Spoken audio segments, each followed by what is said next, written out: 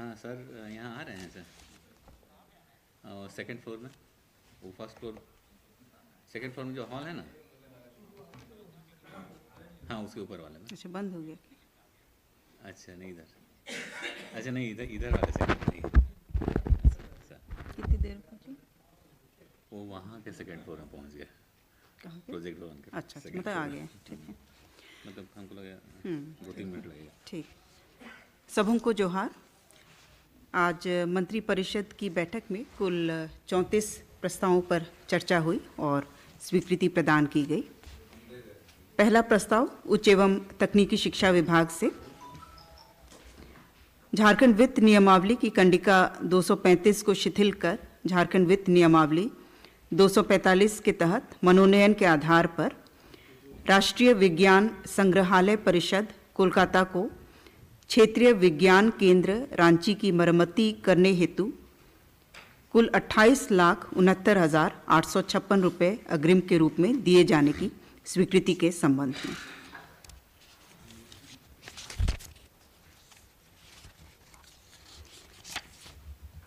दूसरा प्रस्ताव स्वास्थ्य विभाग से राज्य के चिकित्सा महाविद्यालयों संस्थानों में नीट पीजी एग्जामिनेशन द्वारा चयनित उम्मीदवारों का स्नातकोत्तर चिकित्सा विज्ञान एवं पीजी एमडीएस में नामांकन हेतु पात्रता निर्धारण के संबंध में।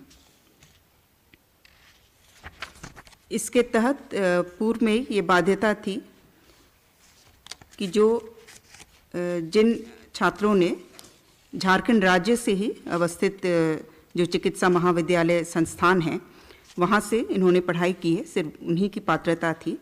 लेकिन वर्तमान में झारखंड राज्य के स्थानीय निवासी एवं राज्य सरकार में सेवारत चिकित्सक भले ही वे राज्य के बाहर के चिकित्सा महाविद्यालय संस्थान से एमबीबीएस बीडीएस की परीक्षा उत्तीर्ण हो, वो राज्य कोटा के पीजी सीटों पर नामांकन के पात्र होंगे। तीसरा प्रस्ताव राजस्व निबंधन एवं भूमि सुधार विभाग से धनबाद जिलांतर्गत बलियारपुर अंचल में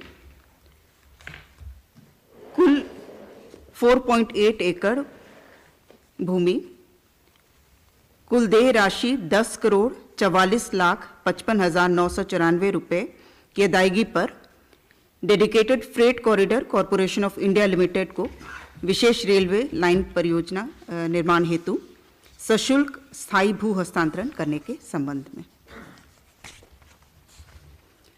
चौथा प्रस्ताव गृह कारा एवं आपदा प्रबंधन विभाग से स्पेशल ऑक्सिलरी पुलिस के दोनों वाहिनियों का कार्यकाल दिनांक 1/10/22 से 31/5/2027 तक विस्तारित करने के संबंध में। 5 साल के लिए 1/10/2022 से 31/5/2027।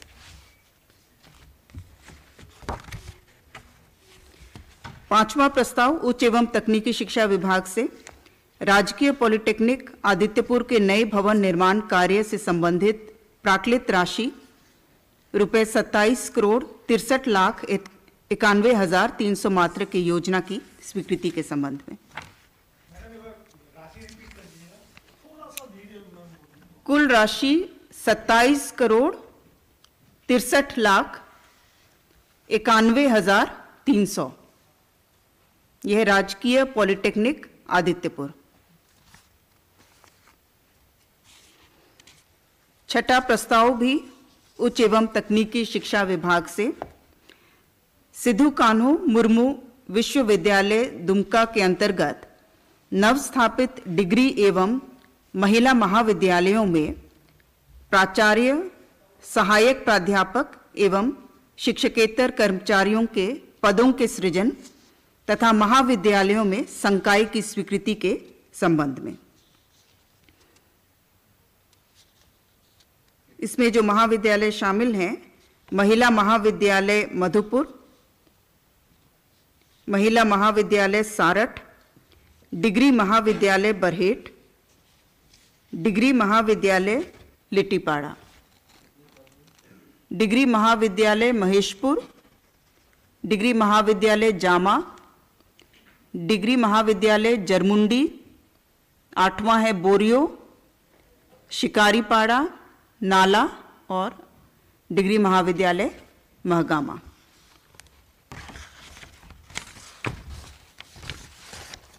सातवां प्रस्ताव उच्च एवं तकनीकी शिक्षा विभाग से बीआईटी सिंदरी के परिसर में 3 छात्रावास एवं अन्य निर्माण कार्य से संबंधित प्राक्कृत राशि 89 करोड़ 3,23,400 मात्र के योजना की स्वीकृति के संबंध में। स्पष्ट है राशि। 8वां प्रस्ताव विधि विभाग से झारखंड उच्च न्यायालय रांची में उनके प्रशासनिक स्थापना के सुचारू संचालन हेतु 87 राजपत्रित अराजपत्रित पदों के सृजन के संबंध में। 9वां प्रस्ताव पेयजल एवं स्वच्छता विभाग से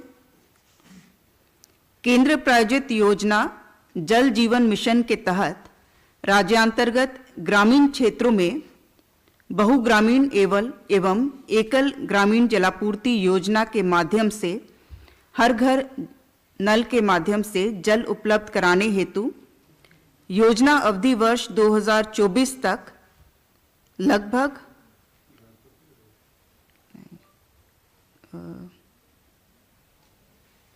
ये है 28,000 करोड़ में राज्यांश की समानुपातिक राशि लगभग 16,012 करोड़ मात्र की योजना की सैद्धांतिक सहमति की घटनोत्तर स्वीकृति के संबंध में।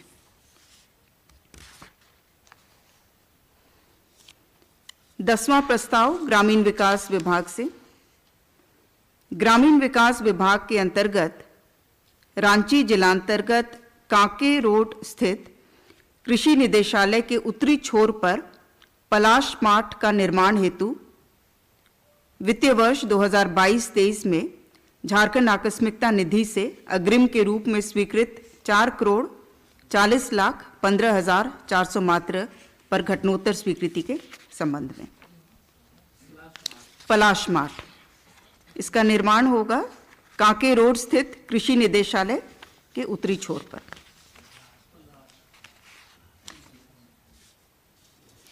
ग्यारहवां प्रस्ताव वित्त विभाग से पेयजल एवं स्वच्छता विभाग द्वारा संचालित RIDF 28 के तहत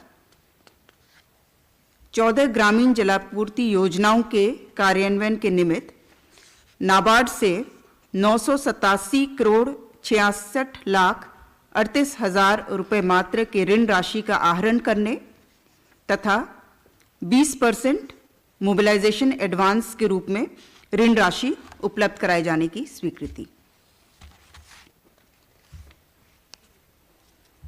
12वां प्रस्ताव वित्त विभाग से राज्य सरकार के कर्मियों को अपुनरीक्षित वेतनमान छठा केंद्रीय वेतनमान में दिनांक 1/7/22 के प्रभाव से महंगाई भत्तों की दरों में अभिवृद्धि के संबंध में। महंगाई भत्ते की दर को 203% से बढ़ाकर 212% के रूप में स्वीकृत किया गया।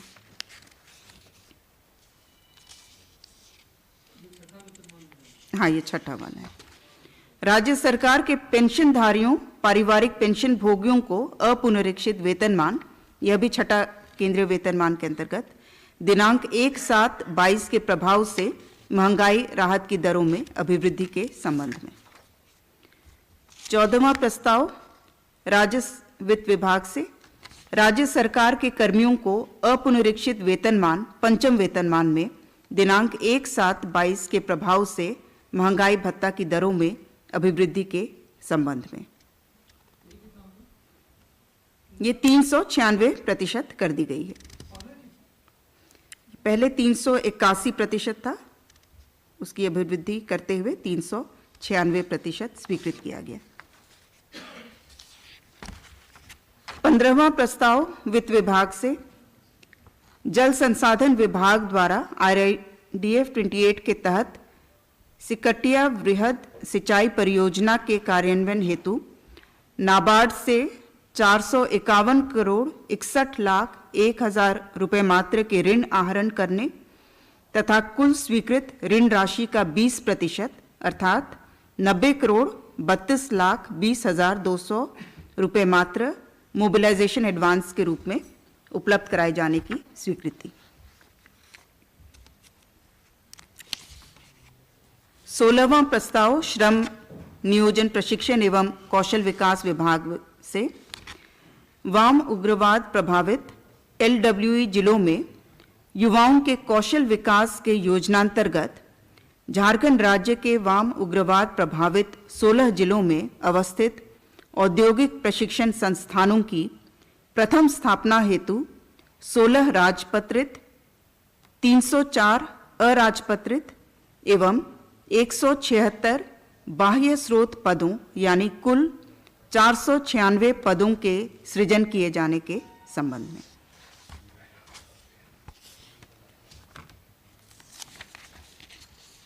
सत्रहवां प्रस्ताव नगर विकास एवं आवास विभाग से केंद्र प्रायोजित योजना अटल नवीकरण एवं शहरी परिवर्तन मिशन 2.0 अमृत 2.0 मिशन अंतर्गत 56,281 लाख रुपए की लागत पर तकनीकी स्वीकृति प्राप्त रामगढ़ शहरी जलापूर्ति परियोजना की प्रशासनिक स्वीकृति के संबंध में।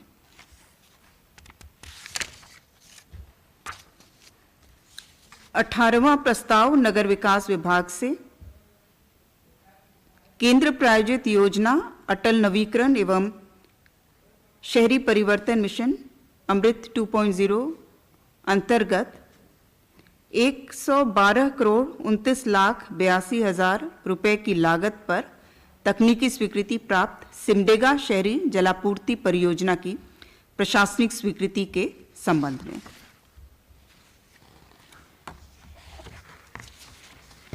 चार बहुत ही महत्वपूर्ण महत्वाकांक्षी नई योजनाएं हैं जिनका विधिवत लॉन्च शुरुआत 15 नवंबर को माननीय राष्ट्रपति महोदया द्वारा स्वयं किया जाएगा। इन योजनाओं का मैं नाम पढ़ दे रही हूं और अंत में जो विभागीय सचिव हैं इन योजनाओं के बारे में, नई योजनाओं के बारे में विस्तार से बताएंगे। श्रम विभाग की योजना मुख्यमंत्री सारथी योजना अंतर्गत झारखंड राज्य के युवाओं को प्रखंड स्तर तक रोजगारोन्मुखी कौशल प्रशिक्षण प्रदान करने हेतु योजना की स्वीकृति के संबंध में।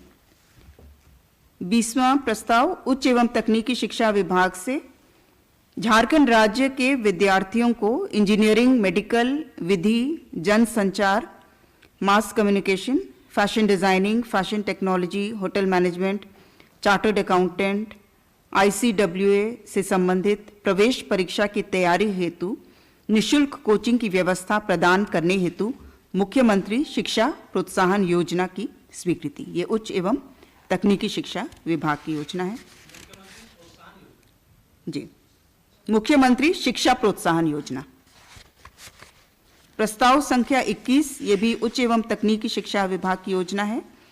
झारखंड राज्य के विद्यार्थियों को संघ लोक सेवा आयोग, झारखंड लोक सेवा आयोग, केंद्रीय झारखंड कर्मचारी चयन आयोग और विभिन्न भर्ती एजेंसियां जैसे बैंकिंग, रेलवे भर्ती बोर्ड आदि के द्वारा वर्ग A, B और C में भर्ती हेतु प्रतियोगिता परीक्षाओं की तैयारी कराने के उद्देश्य से निशुल्क कोचिंग की व्यवस्था प्रदान करने हेतु एकलव्य प्रशिक्षण योजना की स्वीकृति।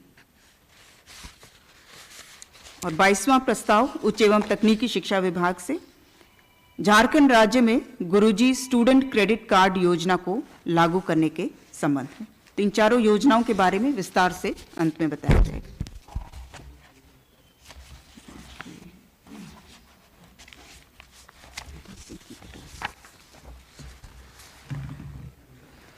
तेईसवां प्रस्ताव राजस्व निबंधन एवं भूमि सुधार विभाग से देवघर जिलांतर्गत पालाजोरी अंचल के मौजा खुन में अंतर्निहित कुल रकबा 33.44 एकड़ भूमि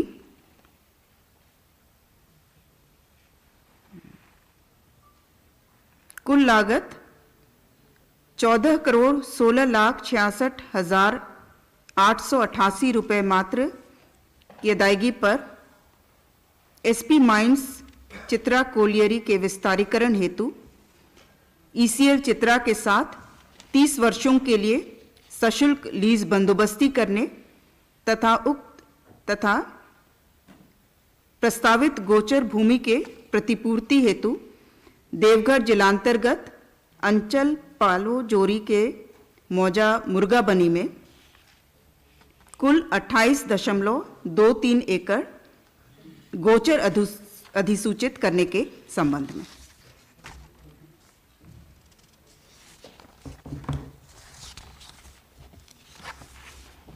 प्रस्ताव संख्या 24 पथ निर्माण विभाग से दुमका जिलांतर्गत रानी घगर गोविंदपुर साहिबगंज पथ पर झगड़ाही गोबस मोड़ शिकारपुर पथ पर कुल लंबाई 15.36 किलोमीटर को ग्रामीण कार्य विभाग से पथ निर्माण विभाग को हस्तांतरित करते हुए चौड़ीकरण, मजबूतीकरण, पुनर्निर्माण कार्य हेतु कुल 56,78,43,100 रुपये मात्र की प्रशासनिक स्वीकृति प्रदान करने के संबंध में। प्रस्ताव संख्या 25 योजना एवं विकास विभाग से झारखंड इकोनॉमिक सर्वे 2022-23 एवं fiscal policy strategy statement and mid term fiscal plan for the year 2023-24 तैयार करने हेतु मनोनयन के आधार पर doctor Harishwar Dayal associate professor सह हेड ऑफ डिपार्टमेंट अर्थशास्त्र विभाग सेंट जेवियर्स कॉलेज एवं उनकी टीम को मनोनयन के आधार पर 15,45,000 रुपये मात्र के भुगतान की स्वीकृति के संबंध में। प्रस्ताव संख्या 26 गृह कारा एवं आपदा प्रबंधन विभाग से वर्ष 2022 में मॉनसून का आगमन विलंब से होने के फलस्वरूप फसल आच्छादन में कमी होने के कारण झारखंड राज्य के 22 जिलों के 226 प्रखंडों को सूखाग्रस्त घोषित करने संबंधी निर्गत अधिसूचना की घटनोत्तर स्वीकृति के संबंध में। 226। प्रस्ताव संख्या 27 खान एवं भूतत्व विभाग से मंत्री परिषद की बैठक 30/3/2022 के मत संख्या 12 के तहत पलामू जिला के पंडवा अंचल अंतर्गत लोहारी कोल ब्लॉक के कुल 405 हेक्टेयर में से 126 हेक्टेयर गैर वन भूमि क्षेत्र पर मेसर्स अरण्या माइंस प्राधिकार लिमिटेड के पक्ष में स्वीकृत शर्तों एवं बंधेजों में आवश्यक संशोधन के संबंध में। प्रस्ताव संख्या 28 कार्मिक विभाग से श्री हरिवंश पंडित झारखंड प्रशासनिक सेवा अनुमंडल पदाधिकारी पाकुड़ को माननीय झारखंड उच्च न्यायालय में द्वारा पारित आदेश के आलोक में दिनांक 3/9/2015 के भूतलक्षी प्रभाव से अनुमंडल पदाधिकारी एवं समकक्ष कोटि में वित्तीय लाभ सहित प्रोन्नति प्रदान करने की स्वीकृति। प्रस्ताव संख्या 29 भी कार्मिक विभाग से माननीय उच्च न्यायालय द्वारा पारित न्यायाधीश एवं सदस्य राजस्व परिषद की अध्यक्षता में संपन्न विभागीय प्रोन्नति समिति की बैठक की अनुशंसा के आलोक में श्रीमती अलका कुमारी सहायक बंदोबस्त पदाधिकारी हजारीबाग को दिनांक 6/7/2015 के भूतलक्षी प्रभाव से मूल कोटि से अनुमंडल पदाधिकारी एवं समकक्ष कोटि में वित्तीय लाभ सहित सशर्त प्रोन्नति प्रदान करने की स्वीकृति। प्रस्ताव संख्या 30 पथ निर्माण विभाग से पथ प्रमंडल जमशेदपुर अंतर्गत construction of high level bridge over Swarnarekha river in Sakchi to Mango Road, including construction of elevated approaches towards Mango and Azad Basti, including proposal for land acquisition, utility shifting and R&R, etc.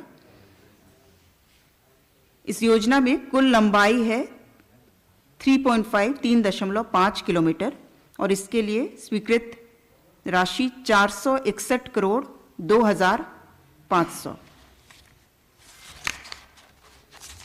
प्रस्ताव संख्या 31 पथ निर्माण विभाग से साहिबगंज जिलांतर्गत कीताझोर भोगनाडीह लखीपुर पथ, Paharpur Talbariya Govindpur Dumka Barhet Sahibganj ADB पथ पर कुल लंबाई 10.1 किलोमीटर को पथ निर्माण विभाग को हस्तांतरित करते हुए चौड़ीकरण मजबूतीकरण कार्य हेतु 40 करोड़ 31 लाख 15,600 रुपये मात्र की प्रशासनिक स्वीकृति। प्रस्ताव संख्या 32 पथ निर्माण विभाग से पूर्वी सिंहभूम जिलांतर्गत भागाबंधी से उड़ीसा बॉर्डर तक पथ कुल लंबाई 9.63 किलोमीटर को पथ निर्माण विभाग को हस्तांतरित करते हुए चौड़ीकरण मजबूतीकरण पुनर्निर्माण कार्य हेतु कुल 60 करोड़ 59 लाख 77,700 रुपये मात्र की प्रशासनिक स्वीकृति प्रदान करने के संबंध में। प्रस्ताव संख्या 33 पथ निर्माण विभाग से साहिबगंज जिलांतर्गत बंझी बाजार दुर्गा मंदिर गोविंदपुर दुमका साहिबगंज पथ पर मंडवा कारी कांदर चरखी दालदली कारासोल महाराजपुर शर्मापुर पथ पर पथ की कुल लंबाई 9 किलोमीटर को पथ निर्माण विभाग को हस्तांतरित करते हुए कुल राशि 48 करोड़ 31 लाख 98,900 रुपये मात्र की प्रशासनिक स्वीकृति। प्रस्ताव संख्या 34 पथ निर्माण विभाग से देवघर जिलांतर्गत नोनियाद धमनी कुसमाहा पथ पर से पंदनिया मोड़ भाया मार्गोमुंडा गिरियाजोरी सिमरगादा पथ एवं मार्गोमुंडा लिंक पथ कुल लंबाई 11.05 किलोमीटर को ग्रामीण कार्य विभाग से पथ निर्माण विभाग को हस्तांतरित करते हुए चौड़ीकरण एवं मजबूतीकरण पुनर्निर्माण कार्य हेतु कुल राशि 41 करोड़ 89 लाख 22,800 मात्र की प्रशासनिक स्वीकृति प्रदान करने के संबंध में। प्रस्ताव संख्या 19 जो मुख्यमंत्री सारथी योजना है उसके बारे में श्रम विभाग के सचिव श्री प्रवीण टोप्पो विस्तार से बताएंगे।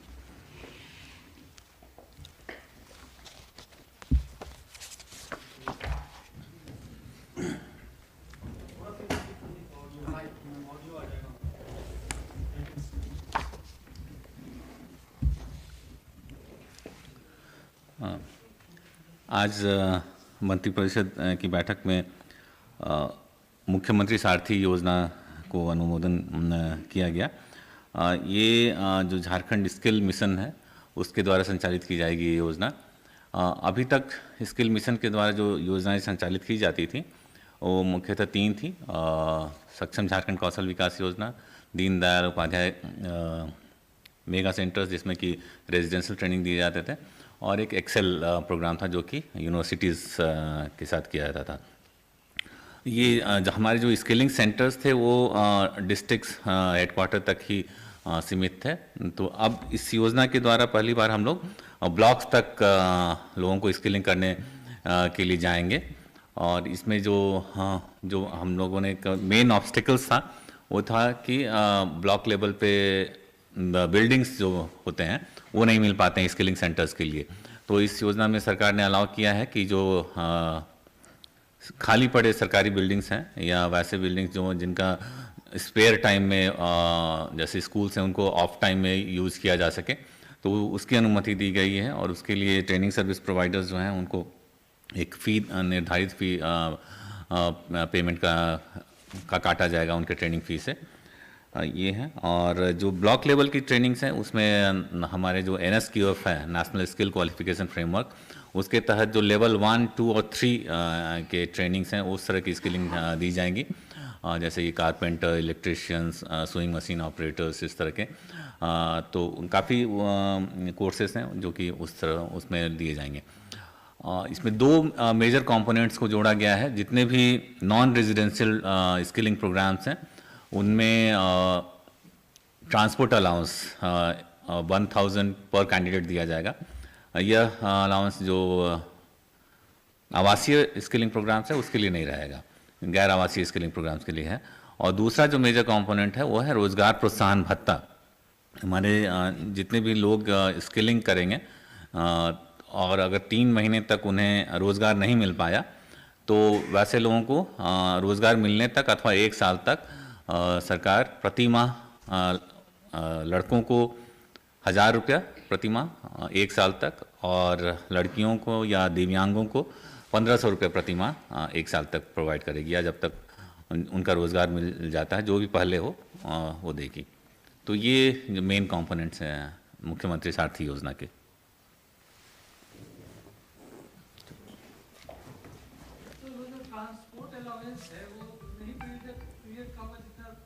हाँ, जितने पीरियड का ट्रेनिंग होगा।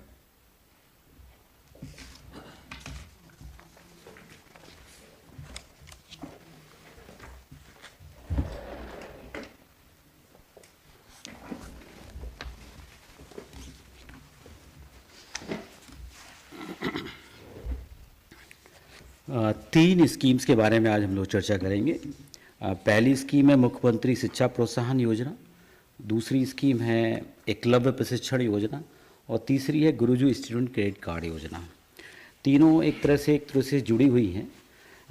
बेसिकली सारी योजनाओं का उद्देश्य है कि जो 10वीं पास बच्चे हैं झारखंड में और आर्थिक समस्याओं के कारण अच्छे इंस्टीट्यूशन में के लिए तैयारी नहीं कर पाते हैं, मतलब कोचिंग इंस्टीट्यूशंस वगैरह का फ़ीस नहीं पे कर पाते और अच्छी प्रशिक्षण प्राप्त नहीं कर पाते हैं, और फिर यदि एडमिशन हो गया अच्छे इंस्टीट्यूशन में तो उसके लिए जो फ़ीस होती है वो पे नहीं कर पाते हैं, और उसके बाद में यदि हायर एजुकेशन मिलने के बाद भी विभिन्न प्रकार की प्रतियोगिताओं में पार्टिसिपेट करने के लिए जिससे जॉब मिलता है उसके लिए भी आजकल कोचिंग करनी पड़ती है, तो उसके लिए भी आर्थिक जो समस्याएं होती हैं, ये इनकी समस्याओं को देखते हुए तीनों स्कीम को ड्राफ्ट किया गया है और आज इसकी मंत्रिपरिषद में स्वीकृति प्रदान की गई है।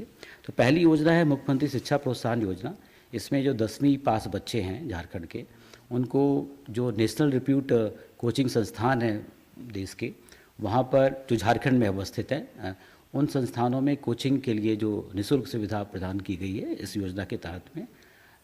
इसमें कोचिंग की सुविधा के साथ साथ में उनके रहने के लिए भी 2500 रुपये प्रतिमाह की एक छात्रवृत्ति का भी इसमें 2500 रुपये प्रतिमाह की छात्रवृत्ति का भी इसमें रखा गया है, कंपोनेंट रखा गया, ताकि वो यहाँ पर कोचिंग में प्रशिक्षण के साथ साथ कोचिंग संस्थानों में अध्ययन के साथ साथ अपने रहने का और भी जो उसके सहयोग है वो उसको इस स्कीम के तहत में दिया जा सके। इसमें यही है कि इसमें किसी तरह का इसमें सिर्फ एक ही कंपोनेंट रखा गया है एलिजिबिलिटी कंडीशन में कि जो उसकी पेरेंट्स इनकम टैक्स की क्राइटेरिया में नहीं आने चाहिए, यही एक कंडीशन इसमें रखी गई है। दूसरा, इसके तहत अभी हम लोगों ने लक्ष्य रखा है प्रारंभिक तौर पर 8000 बच्चों को एक साल में इसके तहत कोचिंग संस्थानों में निःशुल्क सुविधा देने का प्रावधान रखा गया है मुख्यमंत्री शिक्षा प्रोत्साहन योजना के तहत। दूसरी योजना है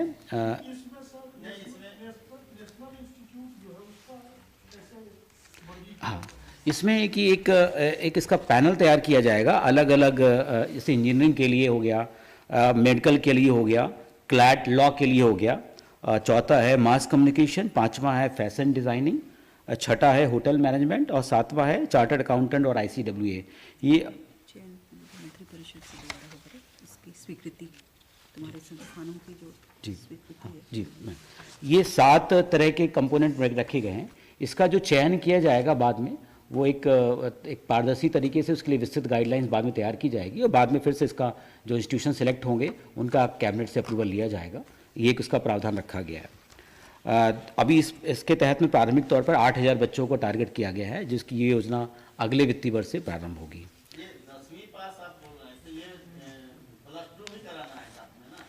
+2 अपना करेगा जिस कॉलेज से करता है, ये है कि जैसे आजकल जो इंजीनियरिंग की तैयारी होती है 2 साल पहले करनी पड़ती है।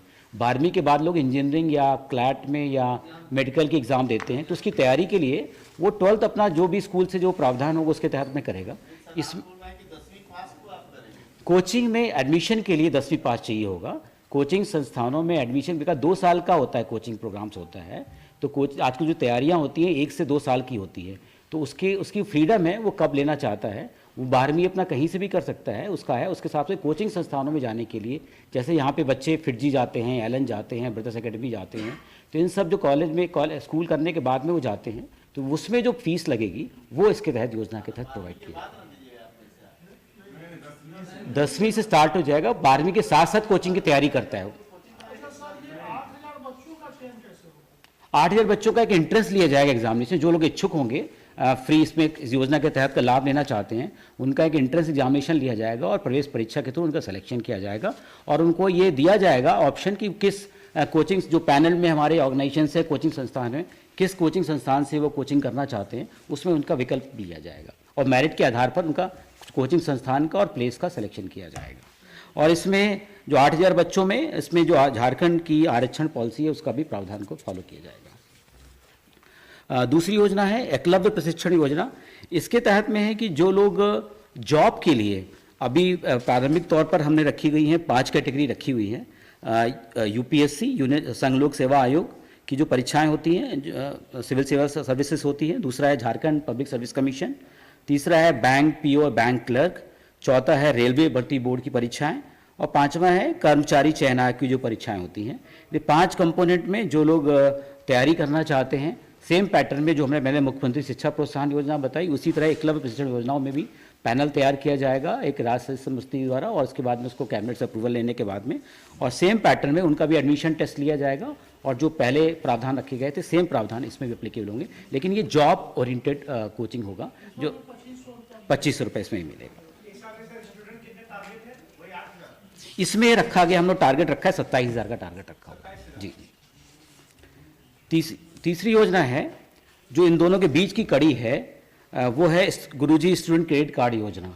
जब बच्चे का एडमिशन हो गया हायर इंस्टीट्यूशंस में, मेडिकल में, इंजीनियरिंग में, और उसकी जो फीस देने की प्रॉब्लम होती है या रहने की जो कॉस्ट होती है, उसमें जो परेशानियों का सामना करना पड़ता है, ये बैंक के माध्यम से स्कीम है जिसमें क्रेडिट कार्ड दिया जाएगा हर बच्चे को, और इसमें मैक्सिमम लिमिट है 15 लाख रुपए की लिमिट रखी गई है कि 4 साल का जो प्रोग्राम होगा, जो 3 साल का, जो भी हर एक अलग कोर्स का अलग अलग तरह का पाठ्यक्रम का प्रोग्राम होता है, बट इसमें जो प्रावधान रखा गया है कि इस योजना के तहत में मैक्सिमम 15 लाख रुपए का क्रेडिट दिया जाएगा इसमें, और ये एक बार में रिलीज नहीं किया जाएगा। जो इंस्टीट्यूशन की फ़ीस होगी और उसकी फ़ीस के मुताबिक उसको उतनी राशि को रिलीज़ किया जाएगा, लेकिन मैक्सिमम ओवरऑल पूरे कोर्स के ड्यूरेशन के दौरान सिर्फ 15 लाख रुपए मैक्सिमम होगा। इस 15 लाख में 30% मैक्सिमम 30% वो नॉन इंस्टीट्यूशनल एक्सपेंसेस में खर्च कर सकता है। नॉन इंस्टीट्यूशनल एक्सपेंसेस मतलब रहने में, खाने में, बुक्स परचेज करने में, लैपटॉप या जो भी अन्य सामग्रियाँ होती हैं अध्ययन के लिए रिक्वायरमेंट होती है, उसको पूरा करने के लिए पूरा कर सकेगा। तो जो ये 30% जो मैक्सिमम कंपोनेंट बोला है, ये स्टूडेंट को जाएगा, और बाकी सारा जो पैसा फीस होगी वो इंस्टीट्यूशन को जाएगा। सर, ये 15 लाख जो लोन होगा, ये कब तक चुकाना होगा? बताओ, ये स्टूडेंट को 4% की दर पे दिया जाएगा, और इसको चुकाने का समय रखा गया है 15 साल, और इसका जो EMI स्टार्ट होगा वो कोर्स कंप्लीट होने के बाद 1 साल का मॉरेटोरियम दिया गया है, उसके बाद से उसकी EMI स्टार्ट होगी। कोर्स समाप्त होने के बाद कि जॉब लगने के बाद? कोर्स समाप्त होने के बाद में, कोर्स समाप्त होने के बाद 1 साल का उसको दिया गया है मॉरेटोरियम, उसके बाद से उसका EMI स्टार्ट हो जाएगा। इसमें रखा गया है इंस्टीट्यूट के सिलेक्शन के लिए 3 क्राइटेरिया रखा गया है, या ओवरऑल जो NIRF की रैंकिंग होती है इंस्टीट्यूशन में सिलेक्शन, उनकी 200 तक के अंदर में होना चाहिए, या डोमेन में, लाइक इंजीनियरिंग में या डेंटल में या मेडिकल में या लॉ के अंदर में, पर्टिकुलर डोमेन में उसकी रैंकिंग 100 के अंदर होनी चाहिए, या NAC का जो होता है ग्रेडिंग, उसमें A की श्रेणी में या उससे ऊपर की श्रेणी में होगा, तो उस तरह के इंस्टीट्यूशन में ही इसका लाभ दिया जाएगा। इसमें है कि जो संस्थानों का चयन होगा उसका ओवरऑल जो रैंकिंग होती है, यूनिवर्सिटी की, कॉलेज की ओवरऑल जो रैंकिंग होती है, जो NIRF निकालता है, उसके NIRF, तो इसके तहत में ओवरऑल 200 तक का रैंक में जो आएगा ऐसे इंस्टीट्यूशन होंगे, अथवा यदि डोमेन स्पेसिफिक लाइक इंजीनियरिंग की अलग रैंकिंग होती है, मेडिसिन की अलग रैंकिंग होती है, उसके तहत में भी NIRF की रैंकिंग होती है, उसके तहत में 100 के अंदर होगा। अथवा NAC की ग्रेडिंग होती है, NAC की ग्रेडिंग में A और B C भी आता है, लेकिन इसमें A या A+ होगा। इस तरह के संस्थानों का चयन किया जाएगा। तीनों अथवा में और में है, एक साथ मिला के नहीं है। तो इस तरह का एक क्राइटेरिया रखा गया है। और इसमें इनकम क्राइटेरिया नहीं है। इसमें जो राज्य सरकार, बैंक और स्टूडेंट के बीच में एक एग्रीमेंट किया जाएगा। जो 4% का देना होगा, जो बच्चों को क्रेडिट कार्ड मिल रहा है उसको पे करना, उसके हिसाब से देना पड़ेगा। बाकी जो बैंक का लेंडिंग रेट है और जो 4% का जो स्टूडेंट को पे करना है, उसके बीच का जो गैप है 6 to 7% के आसपास आएगा, वो सरकार सब्सिडी इंटरवेंशन के रूप में देगी। और इसमें सरकार को गारंटी देना होगा कि यदि बैंक अपने नॉर्म्स के अनुसार उसका रिकवरी करेगा, इन केस बैंक रिकवरी नहीं कर पाता है तो उस केस में राज्य सरकार को उसका भार लेना पड़ेगा। Thank you.